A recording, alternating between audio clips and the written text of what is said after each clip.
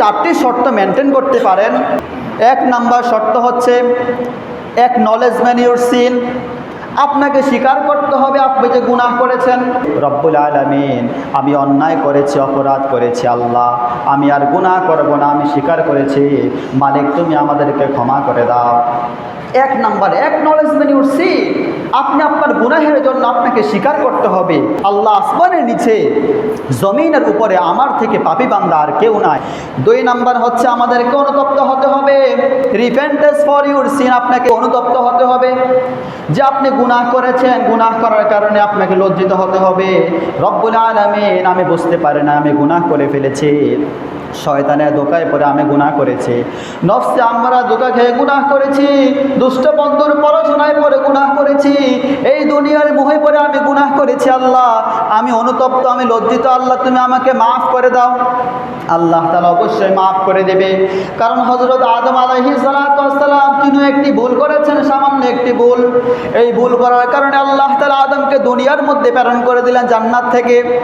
তখন আদম আলাইহিস সালাতু ওয়াস সালাম এই ভুল করার পরে আল্লাহ তাআলার কাছে স্বীকার করলেন, রব্বুল আলামিন, আমি ভুল করেছি, আমি অপরাধ করেছি, আল্লাহ তুমি আমাকে মাফ করে দাও। আল্লাহর কাছে স্বীকার গেলেন, আল্লাহর কাছে অনুতপ্ত হলেন এবং অনুতপ্ত হয়ে আল্লাহর কাছে তওবা করলেন। রব্বানা যালামনা আনফুসানা ওয়া ইল্লাম তাগফির লানা ওয়া তারহামনা লানাকুনান্না মিনাল খাসিরিন।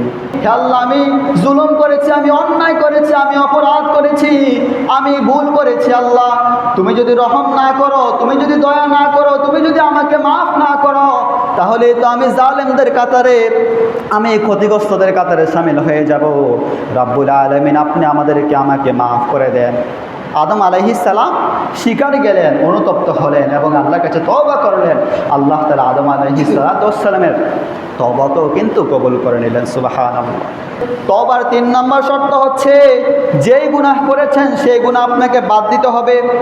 You have to stop for your sin. আপনি যেই গুনাহ করেছেন এই গুনাহ বন্ধ করতে হবে। স্টপ, আপনাকে থেমে যেতে হবে। সুদ খেয়েছেন আপনি, তওবা করেন আর সুদ খাবো না। ঘুষ খেয়েছেন, তওবা করেন আর ঘুষ খাবো না।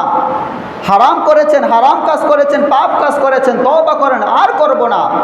জিনাহ করেছেন, স্টপ, আর করব না জিনা, তওবা করেছি আল্লাহর কাছে। ব্যবসার মধ্যে ওজনে কম দিয়েছি, স্টপ ফর ইউর সিন। আপনার এই গুনার কারণে আপনি লজ্জিত, আপনি বন্ধ করে দেন, আর গুনাহ করব না, আর ব্যবসার মধ্যে ওজনে কম দিব না। আইনের চেয়ারের মধ্যে বেআইনি কাজকর্ম করেছি, স্টপ, এখানেই শেষ। এখন তওবা করেন আল্লাহর কাছে, আল্লাহ অবশ্যই কবুল করে নেবে। 4 নম্বর শর্ত হচ্ছে আমাদেরকে ওয়াদা করতে হবে, টু প্রমিস। আল্লাহর কাছে আপনাকে ওয়াদা করতে হবে। You have to determine that you will never repeat the sin again. আপনি আর গুনাহ করবেন না, পুনরায় গুনাহ করবেন না। আপনি বলেন আল্লাহর কাছে, আল্লাহ, আমি যে গুনাহ করেছি, আমি যে অপরাধ করেছি, আমি যে পাপ কাজ করেছি, আমি আর কখনো এই গুনাহ পুনরাবৃত্তি করব না, আবার করব না। রব্বুল আলামিন, আমি তোমার কাছে তওবা করেছি। এই তওবার 4টি শর্ত মেনটেন করে যদি আমি তওবা করতে পারি আল্লাহর কাছে, তাহলে আল্লাহ রব্বুল আলামিন আমার আপনার জীবনের সমস্ত গুনাহ খাতাগুলোকে আল্লাহ তাআলা অবশ্যই মাফ করে দিবে। সুবহানাল্লাহ।